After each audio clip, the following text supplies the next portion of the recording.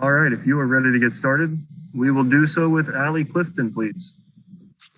Hey, Taylen, I know you shared a moment with Mike Trudell in terms of your drive there at the end, expecting or hoping for it to kind of go differently. So just to take it one step further, I think to see you assertive, aggressive in those moments now late in a game, what is it about you and your level of confidence at this point, just to even take that action?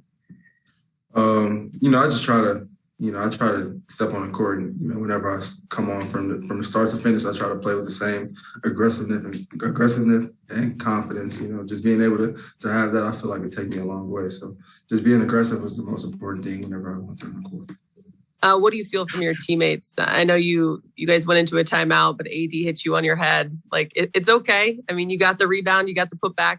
But just the support of your teammates in that moment, especially.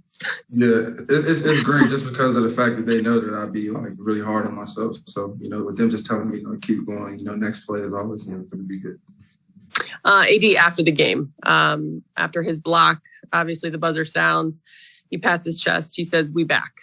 What did tonight's win do for you guys? Not just from an X's and O's standpoint, but just the overall morale and where you guys want to be at this point of the season and thinking about the stretch that you guys have been in.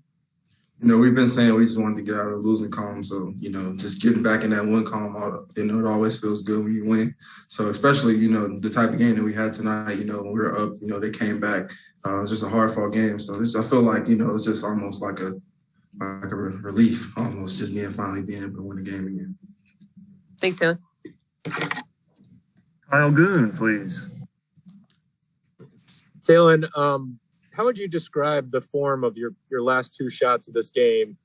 and was it hard to kind of find that offensive rhythm for you tonight? I feel like, the shot that I took, I pretty much kind of ran out of options.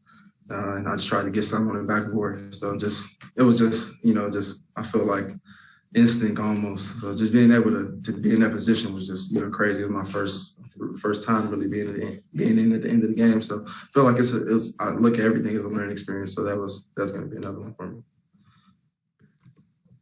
Dan? Taylen, what's the spirit of this team been like during this losing streak or during this, I guess, this tough stretch? And how different was it tonight? You guys looked like a different level of engaged and maybe like more joy and stuff like that in how you guys played. When you're winning, during the game, you're winning. It's always going to be, fun.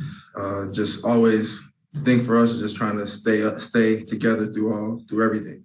I feel like it's going to be the most important thing for us going into these last few stretches of games and then start getting ready for the playoffs. Just staying together throughout the whole game is just always going to be, I feel like, the key part for us because when we do that, I feel like we're locked in and we're pretty good. To follow up real quickly, what kind of a message does it send to you guys when you've got? I apologize if Allie asked this.